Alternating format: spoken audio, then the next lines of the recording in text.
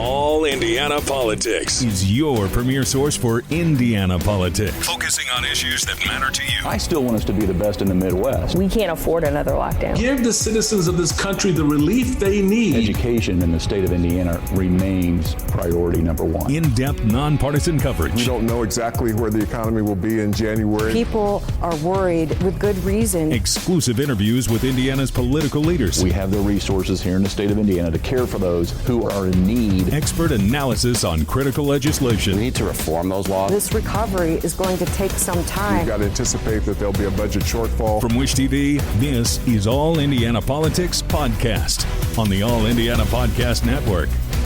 I'm Garrett Bergquist, government reporter for Wish TV and the producer of All Indiana Politics. It's up to you to decide who will represent Indiana in the U.S. Senate beginning next year. Current Senator Mike Braun is running for governor rather than seeking a second 6-year Senate term. That announcement scrambled Hoosier politics. Running to succeed him are Republican Jim Banks, Democrat Valerie McCray, and Libertarian Andrew Horning. Dr. Valerie McCray is a clinical psychologist based in Indianapolis.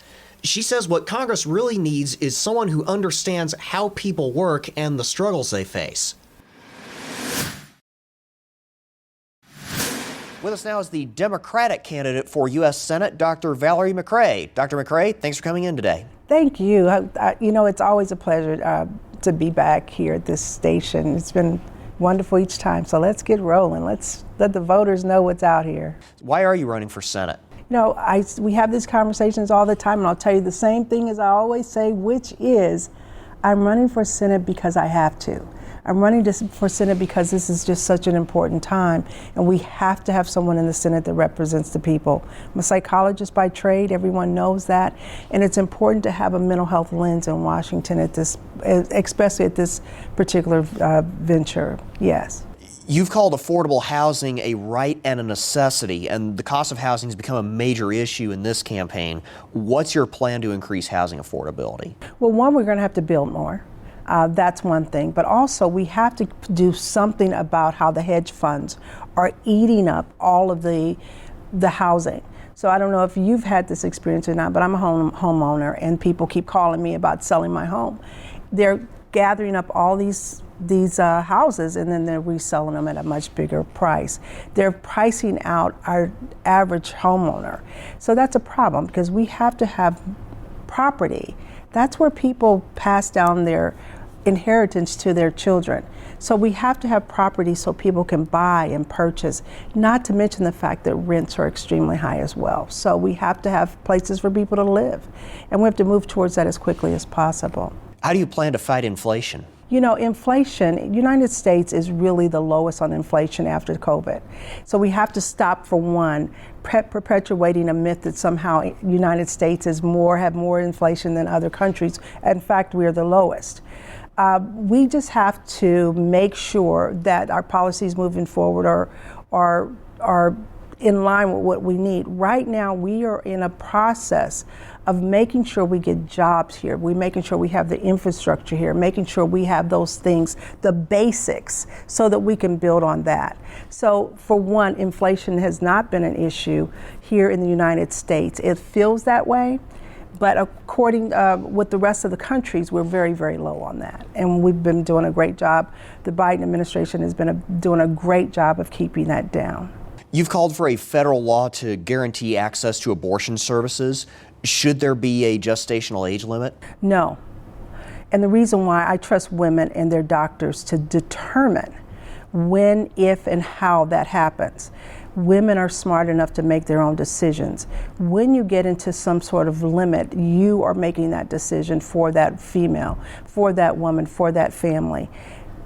Most abortions happen very, very early on, and very, very rarely are the late terminations, and those are usually medically sound decisions that the families are having to make.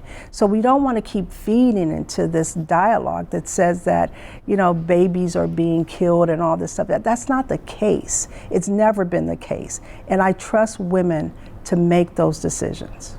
On immigration, you've called for expedited work permits and a fairer and more efficient asylum process.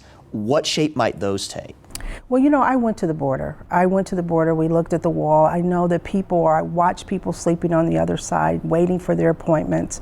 Here on the other side of the wall, people are waiting years to get the documentations they need to be able to work and do those things and be part of society. We just need to speed along the process. The Biden administration, they put together, and this was in collaboration with the Republicans as well, was a bipartisan bill. And because Trump wanted to keep this as a campaign topic, he blocked it. And that's unfortunate because we could be moving forward on this. It's already been laid out. Everyone agreed to it. We just have to move forward on making sure that bill gets passed. Should we limit how many people we consider for asylum? I mean, we saw the huge crowds at the southern border earlier in the Biden administration. I think that we have to, as a nation and as a global society, we're going to have to come together with other nations and figure out how we're going to move people around. People are going to be migrating based on weather, based on war situations. People have always migrated. I think that in collaboration with these different countries, we can figure out how many we can accept, how many we have the resources for, because the main thing is to make sure that when they do come, that we can treat them humanely, that we can treat them kindly, that we can welcome them in a way that has dignity and that has the best prospects for them to prosper and do well here, like the rest of Americans that have gotten here. How do we address the nation's fentanyl crisis? And more specifically, how do we help those who are already affected? Well, as you may know, I'm a clinical psychologist, so we know that we need more supports for those people that are addicted to fentanyl and all the other drugs that are out there. The fentanyl crisis, for one, let's take these two things apart, because 80% of the people that are arrested for bringing in fentanyl or the other illicit drugs have been Americans bringing them over to the United States. So the arrests have been with Americans. So we got to stop this conversation that sort of combines immigration or immigrants with the drug issues. Those are two separate issues. But we do have to look at what's causing this. We have to attack it at its source, and we have to make sure that we stop the demand here in the United States for these drugs, and we see what that's all about, and give people different options and definitely treatment first and foremost. Can you give me a few more details about what you would be looking for in that area? Well, we need more drug facilities. We need drug facilities that can handle bigger amounts of people. We absolutely need more supports as far as stopping the drugs coming over. But it's not just, they're not coming over through that wall, just put it that way. We need to figure out where the sources are. We need to stop it at the cartels. We need to stop it at different areas of the world that's bringing this stuff over. We have to stop the demand. And so whatever that takes, and it's so complicated, and to figure out who the players are, because they're not who we think. So let's figure out who the players are, who's profiting from this, and stop it at the source. When you say stop it at the source, as distinct from treating the demand side of things, what do you mean by stop it at the source? Well, two things. It's two layers. One, we got to stop the demand, right? So we've got to make sure we have Americans on the right track to make sure they have the jobs they need. Those things that keep people on that sort of emotional turmoil where being addicted to something is more likely. We have to stabilize the mental health of the people that are here. We have to make sure that there's drug treatment centers. We have to make sure that we get them, do whatever we need to get people back on solid ground. Stop the demand from that standpoint. But then we also have to figure out who's bringing it over here and how is it getting over here, and making sure that we stop it at those levels. You know, it's coming through different areas, and it's coming by water or sea or whatever. Very little of it is coming through the walls or are being walked over. Most of it has been driven over, and most of it has been driven over by Americans. Our national debt is now at $35 trillion and climbing. What's your plan to fix that? We need to tax differently. For the last several years, we've been taxing the poor and the working class, and we have been letting the ultra rich get by with not paying their fair share of taxes. When we do that, we will balance that budget. It'll be a lot closer to what it was before. Democrats historically have balanced the budget. We go into these situations whereas we grab it back at a crisis point and we get it fixed. And then they get the Republicans back in and they give all the money back to their ultra rich. We have to do something about that trend of giving everything at the top, expecting it to come down to the bottom, which we know it does not. We have to tax fairly. It's ridiculous how we're taxing the poor, the working class, the middle class to death. And we're letting the upper classes, the very top echelon just get by with not paying any taxes at all in some cases. Let's turn to foreign policy. Would you support continuing military aid to Ukraine? Yes, because it's a domino effect.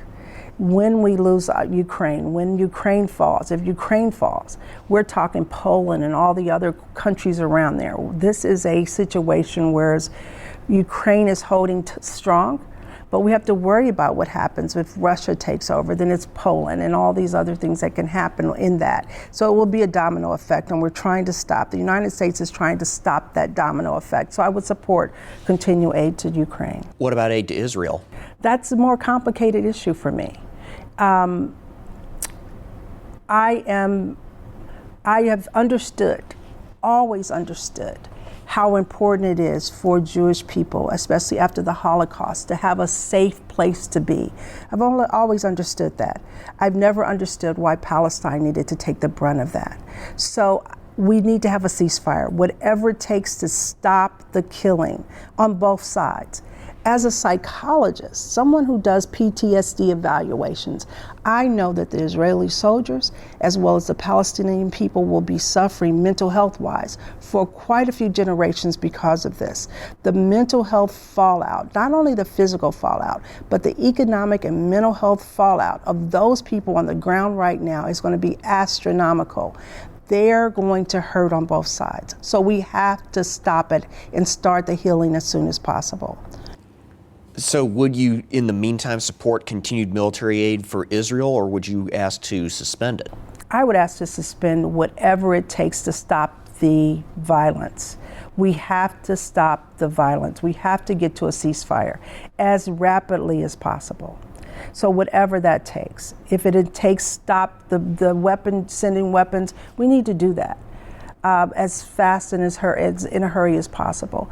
Keeping in mind, we don't want to leave that population, Israel, vulnerable. We also don't want to see the continued destruction of the Palestinian people as well. We have to reach a ceasefire. There's a way to do both. There's a way to come to a healthy agreement. There's a way to rebuild. There's a way for these people to live together. It doesn't have to be this way, and I'm convinced it doesn't have to be this way. Using that logic, though, why continue military aid for Ukraine but not Israel? They're two separate issues, and if we conflate the two, we don't give the importance to each of those conflicts. They're two separate things. We can't conflate the two. It would be easy to kind of draw this like strange connection, but they're two separate situations with two separate solutions. And they both deserve their separate level of importance, separate conversations. We've talked a lot about national level issues. What are some issues specific to the state of Indiana that you would like to work on if you're elected to the Senate? Well, for one thing, the national issue of abortion rights, women's rights to choose. In Indiana, it affects us because we have practically a total abortion ban here in Indiana, correct? So what is happening? We're losing doctors, we're losing OBGYNs, we're losing hospitals left and right. The medical issues for females specifically is at the dangerous level. People are having to travel across counties to get the help that they need. We're losing women. We had a death recently that could have been avoided of a 26-year-old.